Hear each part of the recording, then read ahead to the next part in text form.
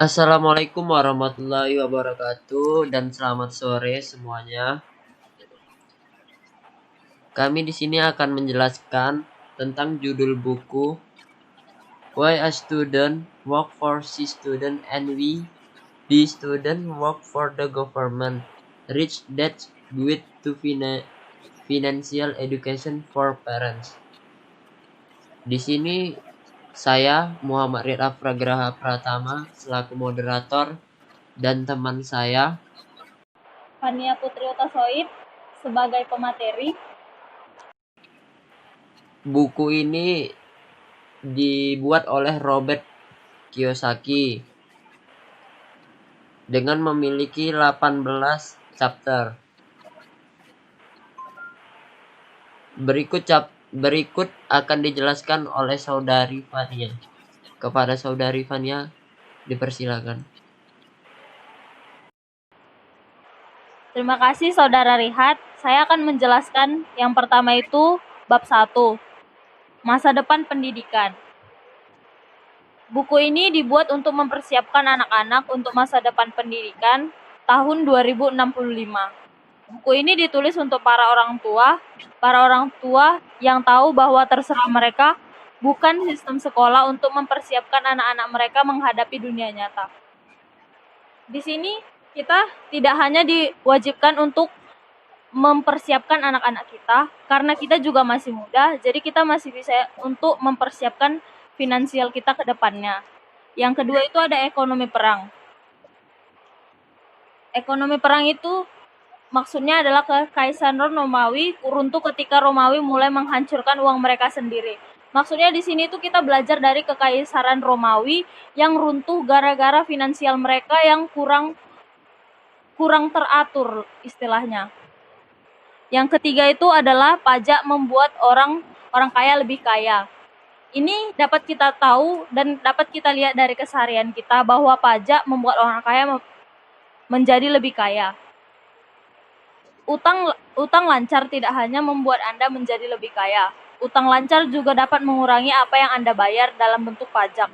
Belajar memanfaatkan hutang lancar dan memahami kemampuannya untuk menurunkan pajak seseorang merupakan alasan yang baik dalam pendidikan keuangan. Kita masuk ke chapter yang kedua. Chapter yang kedua itu judulnya adalah Dongeng Sudah Berakhir. Alasan banyak mengapa peran orang tua dalam kehidupan seseorang anak mengambil dimensi baru dan kritis. Beberapa orang akan membantah fakta bahwa waktu telah berubah, dan bahwa hari ini perubahan adalah hal yang konstan dalam hidup kita. Yang pertama, hutang tidak bisa diampuni. Saat ini, ribuan siswa yang berpendidikan tinggi meninggalkan sekolah karena terikat dengan pinjaman siswa. Hutang terpuruk dari semuanya. Tidak demikian halnya dengan pinjaman mahasiswa. Bahkan, jika seorang siswa meninggal, orang tua mereka diancam untuk membayar kembali pinjaman tersebut. Yang kedua adalah krisis pengangguran. Krisis pengangguran adalah krisis internasional, sebuah masalah yang menyebabkan terjadinya musim semi Arab, menempati Wall Street dan pertemuan pemuda pengangguran lainnya. Yang ketiga adalah masa depan pendidikan. Di sini ada 3 dijelaskan masa depan pendidikan. Yang pertama itu pendidikan akademik, pendidikan profesi, dan edukasi keuangan. Bab yang ketiga, persiapkan anak Anda untuk hal yang terburuk. Seperti yang tadi saya ucapkan bahwa kita tidak hanya menjelaskan untuk persiapan anak Anda. Namun karena kita juga masih muda, kita dapat mempersiapkan untuk diri kita bagaimana ke depannya. Yang pertama itu pajak tidak patriotik. Seperti yang Anda ketahui, birokrat yang menjalankan pemerintahan tahu cara membelanjakan uang, tapi mereka tidak tahu cara menghasilkan uang. Mereka hanya tahu cara menaikkan pajak. Pengeluaran yang tidak terkendali dan menaikkan pajak bukanlah masalah kaya atau miskin. Orang kaya memiliki program kesejahteraan yang banyaknya sama dengan orang miskin. Orang kaya memiliki program kesejahteraan perusahaan, dan orang miskin memiliki program kesejahteraan sosial. Terlepas dari apa yang Anda sebut mereka, wajib pajak membayar harganya. Yang kedua adalah beri anak Anda keuangan awal. mengulangi peringatan Edmund Burke. Mereka yang tidak dapat mengingat masa lalu dikutuk untuk mengulanginya. Secara pribadi, saya lebih suka belajar dari sejarah uang daripada dihancurkan oleh masa depan uang. Bab selanjutnya yaitu jendela pembelajaran. Jendela pembelajaran menjelaskan tentang bagaimana cara kita belajar dari hal-hal yang kita dapat dari tahun tiap tahun. Di sini dibedakan menjadi 3 jendela, yaitu jendela pertama lahir sampai usia 12 tahun, jendela kedua usia 12 hingga 24 tahun, dan jendela ketiga usia 24 sampai 36 tahun. Pertanyaannya ialah, pada usia berapa Anda harus mengajari anak Anda tentang uang? Jawabannya, saat mereka membedakan antara uang $1 dan $5.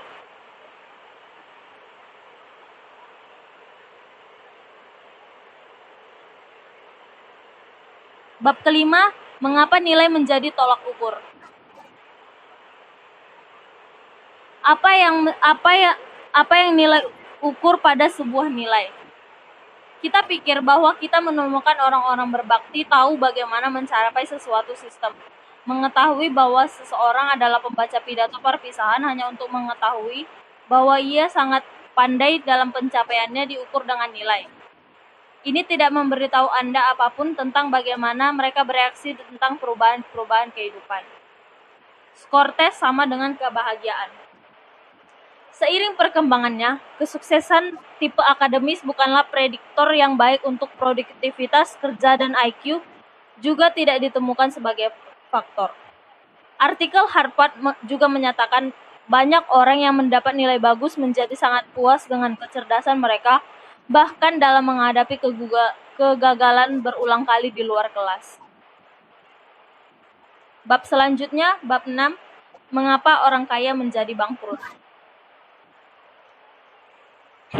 Di bab ini, menjelaskan pendidikan tradisional berfokus pada konten.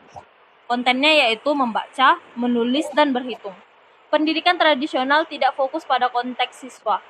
Masalahnya, saya di sekolah bermula ketika saya tidak menyukai konten yang kita anggap sebagai air. Guru saya mengalir di kepalaku. Setiap kali saya keberatan berkata, mengapa saya mempelajari ini? Jawaban mereka selalu sama. Jika tidak mendapatkan pendidikan yang baik, Anda tidak akan mendapatkan pekerjaan yang baik.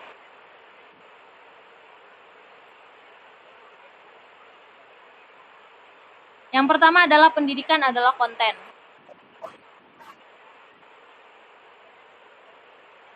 Seperti yang dijelaskan tadi, konteks memegang konten.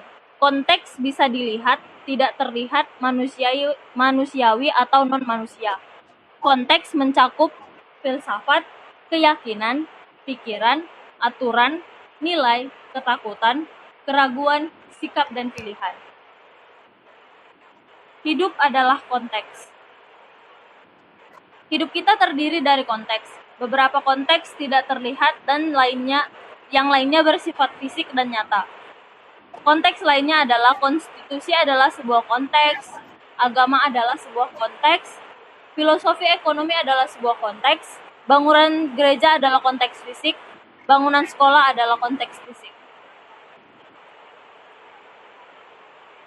Bab ketujuh, mengapa orang jenius itu dermawan? Apa rahasia membesarkan anak yang murah hati? Ini sangat sederhana. Tanpa pendidikan finansial, banyak orang putus sekolah karena putus finansial, membutuhkan dan selalu ingin, atau biasa kita sebut dengan rakus. Pendidikan keuangan. Jenis pendidikan keuangan yang mengubah pikiran dan jiwa, membuka mata hati kita ke sudut pandang lain. Ini menunjukkan kepada kita betapa pentingnya melihat kedua sisi sebuah koin. Yang pertama itu, apa itu birokrat? Masalah dengan dunia ini adalah dunia yang dijalankan oleh birokrat.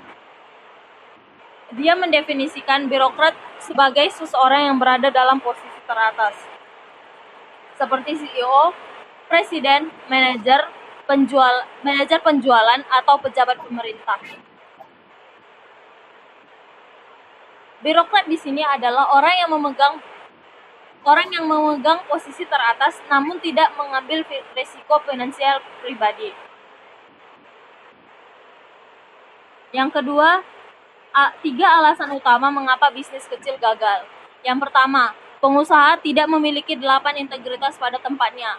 Misalnya, kebanyakan wirausahaan baru fokus pada produk. Mereka mungkin tidak memiliki produk yang bagus, tetapi kemungkinan besar kurang dalam beberapa atau semua dari 7 integritas lainnya.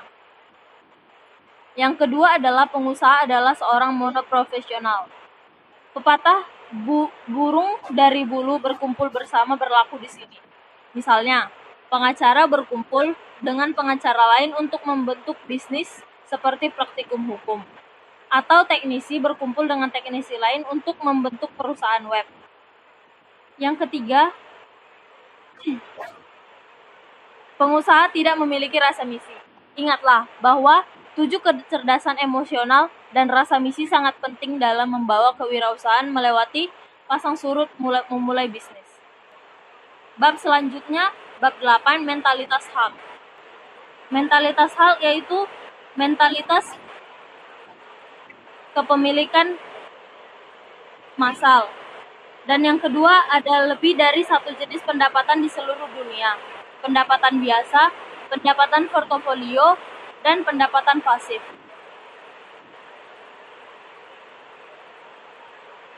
Bab 9, sudut pandang lain tentang intelijen. Konsep 3 sisi koin. Untuk ujian kecerdasan tingkat pertama adalah kemampuan untuk menyimpan 2 gagasan yang berlawanan dalam pikiran dan saat yang sama, dan tetap mempertahankan kemampuan untuk berfungsi. Konsep 3 sisi ini yang pertama yaitu kaya versus miskin. Sastra yang dipelajari oleh syarat dengan cerita kaya versus miskin, seperti A Christmas Carol oleh Charles Dickens, kisah seorang kaya yang tidak bahagia bersama Scrooge, atau cerita Robin Hood yang mengambil dari orang kaya untuk diberikan kepada orang miskin, cenderung menjelekkan orang kaya dan menghormati orang miskin. Yang kedua itu adalah garis dan gelombang. Dalam metode ini, tidak ada ruang untuk apapun kecuali jawaban yang benar. Untuk sekolah, hanya dalam hubungan linear, langsung oleh antara soal dan jawaban yang benar. Yang ketiga, komunis versus sosialis versus fasis dan versus kapitalis. Bagian kedua akan menapaki dengan ringan ladang ranjau dari filsafat ekonomi, filsafat komunisme, filsafat sosialisme, filsafat fasisme, dan kapitalisme. Banyak orang yang telah mendengar kata-kata ini dan tahu bahwa kata-kata itu bisa sangat emosional. Kita lanjut ke bab 10.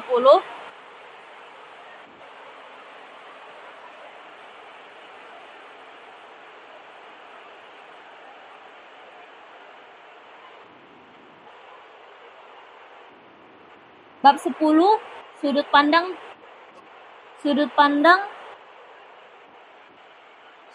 lain tentang keserakahan. Sudut pandang lain pada kartu laporan. Yang pertama, apa itu laporan keuangan?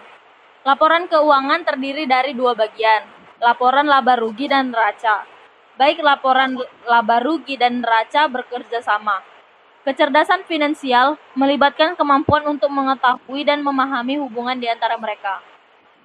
Ketika sebagian besar siswa meninggalkan sekolah, fokus utama mereka adalah pada laporan laba rugi. Mereka mencari pekerjaan dan gaji. Mereka membutuhkan penghasilan untuk membayar biaya hidup. Grafik menunjukkan siklusnya. Yang kedua, apakah aset itu? Definisi aset berlaku untuk apa aja. Bukan hanya real estate. Bisnis, saham, obligasi, emas, bahkan manusia dapat diklasifikasikan sebagai aset atau kewajiban. Apapun yang mengambil uang dari saku Anda adalah tanggung jawab. Apapun yang memasukkan uang ke saku Anda adalah aset. Aset tidak bisa ada tanpa kewajiban. Ingatlah bahwa selalu ada 2 sisi untuk setiap koin. Misalnya, jika Anda meluangkan waktu untuk menuliskan pengeluaran bulanan Anda Anda akan melihat kemana saja uang Anda mengalir ke kolom aset orang lain. Yang ketiga itu masalah dalam rencana pensiun. Yang pertama, Anda mungkin tidak pernah tahu berapa banyak uang yang sebenarnya Anda miliki. Yang kedua, Anda tidak pernah benar-benar tahu berapa lama Anda akan hidup. Dan yang ketiga, Anda tidak pernah benar-benar tahu berapa banyak uang yang Anda perlukan. Bab ke-11, sudut pandang lain tentang keserakahan. Banyak orang yang percaya kaya itu tamak. Itu satu sudut pandang. Pasti ada sisi lain dari koin ini. Konsep paling penting, profesionalisme melindungi dan melayani keluarga, bisnis, properti, dan komunitas saya selama 24 jam, 36 hari setahun. Bab 12, sudut pandang lain tentang hutang. Pada poin pertama mengatakan bahwa hutang itu baik. Rata-rata orang percaya bahwa hutang itu buruk, dan hutang itu buruk bagi kebanyakan orang yang tidak berpendidikan secara finansial. Inilah sebabnya mengapa mereka mendengarkan para ahli keuangan yang berkata, keluar dari hutang, gunting kartu kredit Anda dan simpan, simpan, simpan. Jika seseorang memiliki pendidikan keuangan dasar, maka akan memiliki kecerdasan finansial yang dapat berdiri di tepi koin dan melihat sisi lain dari koin. Yang kedua, mengubah hutang menjadi emas. Selama berabad-abad, para alkemis berusaha mengubah timah menjadi emas. Lebih dari 1000 tahun yang lalu, pemerintah Romawi mencampurkan timah ke beberapa koin emas dan perak mereka. Penipuan ini mungkin telah mempercepat kejatuhan kekaisaran Romawi. Yang ketiga, menggunakan hutang untuk menjadi lebih miskin. Hari ini, utang adalah uang. Orang telah menggunakan hutang sebagai uang selama bertahun-tahun. Alasan mengapa begitu banyak orang mengalami kesulitan keuangan adalah karena mereka menggunakan hutang sebagai uang untuk membeli kewajiban daripada aset. Bab selanjutnya, sudut pandang lain tentang pajak. Pajak sering sekali dipandang sebagai hukuman, memberatkan satu hal selain kematian yang tidak bisa kita hindari. Poin pertama, 3 hal yang dapat dibawa seseorang ke pasar. Yang dalam ilmu ekonomi 101 ada 3 hal yang dapat dibawa seseorang ke pasar. Yang pertama, tenaga kerja, yang kedua, properti, dan yang ketiga, modal. Pendidikan keuangan di sekolah. Ajari anak Anda untuk melihat pajak dari 2 sudut pandang. Meskipun benar bahwa pajak dapat membuat beberapa orang menjadi miskin, pajak juga dapat membuat orang menjadi lebih kaya. Inilah masalah sudut pandang. Bab selanjutnya, sudut pandang lain tentang kata-kata. Kata-kata menjadi daging dalam kehidupan nyata. Kata-kata menjadi daging. Dan setiap kelas ekonomi memiliki kata-kata yang mencerminkan dan mendefinisikannya. Orang kaya menggunakan kata kaya, orang kelas menengah menggunakan kata-kata kelas menengah, dan orang miskin menggunakan kata-kata yang buruk.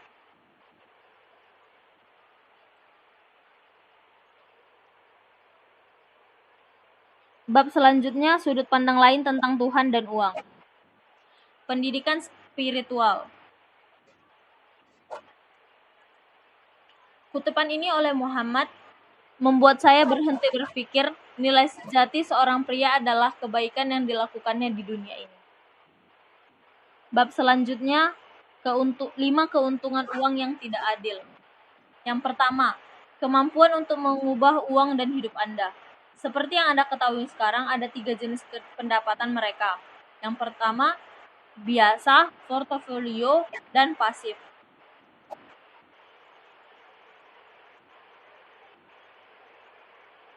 Yang kedua, kemampuan untuk lebih dermawan. Alasan utama ada begitu banyak keserakahan di dunia ini dapat ditemukan dalam hierarki Maslow kebutuhan. Di tingkat kedua, keamanan. Dengan pendidikan finansial yang kuat, anak Anda memiliki peluang lebih besar untuk mencapai peringkat kelima Maslow level. Aktualisasi diri. Yang ketiga, pajak lebih rendah. Semakin murah hati Anda, semakin rendah pajak Anda. Yang keempat, menggunakan hutang menjadi lebih kaya. Hutang adalah uang baru. Pendidikan finansial akan mengajari anak Anda menjadi lebih kaya hutang. Yang kelima, perluas sarana Anda.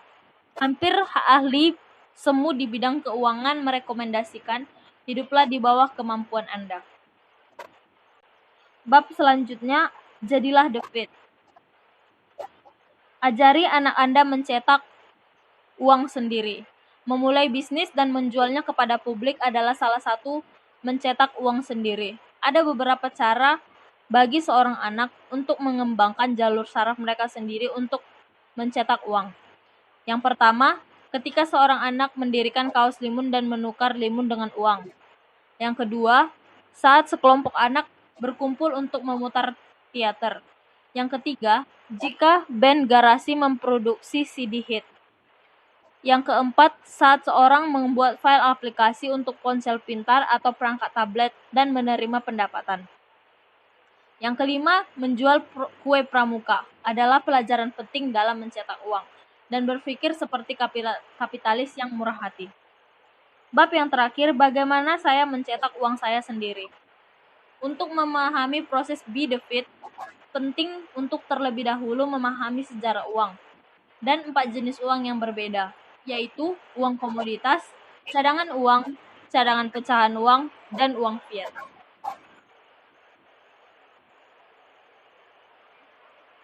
Itu adalah seluruh gambaran umum dari buku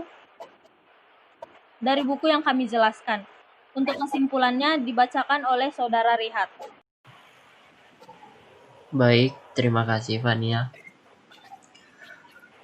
Untuk kesimpulan dari buku ini, kami dapat menyimpulkan bahwa buku ini lebih menjelaskan tentang bagaimana cara seseorang untuk mengatur finansial atau cara mengatur keuangan yang nantinya keuangan tersebut bisa digunakan untuk masa depan. Juga tentang pentingnya mencatat seluruh laporan dan bagaimana kita memanage uang kita sendiri sehingga cukup dan tidak menimbulkan hutang. Karena disebutkan dalam buku ini, alasan mengapa begitu banyak orang mengalami kesulitan keuangan adalah karena mereka menggunakan hutang sebagai uang untuk membeli kewajiban daripada aset. Maksudnya adalah ketika seseorang memiliki hutang, apabila ia memiliki uang, maka uangnya tersebut harus terbagi untuk membayar hutang. Dan untuk menabung aset, maka harus berkurang karena hutang tersebut. Jadi, sebisa mungkin kita harus memanage uang dengan baik. Tidak terlalu boros, juga tidak terlalu hemat. Lalu, selanjutnya, untuk kesan terhadap buku ini akan dijelaskan oleh Saudari Fania. Kepada Fania dipersilakan. Terima kasih Saudara Rihat. Kesan yang saya dapatkan dari buku ini memang pada awalnya membuat kita bingung karena judulnya mempersiapkan keuangan finansial untuk anak Anda. Padahal, jika kita baca lebih dalam, keuangan finansial yang diajarkan untuk anak kita ini bisa kita lakukan pada saat ini, mulai sekarang, untuk menjaga finansial kita agar tidak jatuh dan bagaimana kita memanage keuangan kita. Sekian dari saya kembalikan kepada Saudara Rihat. Baik, begitu saja penjelasan kami tentang buku ini, karya Robert Kiyosaki. Semoga apa yang kami jelaskan bisa diterima dengan baik oleh teman-teman. Apabila ada kurang dan kesalahannya, kami mohon maaf. Wassalamualaikum warahmatullahi wabarakatuh. Selamat sore.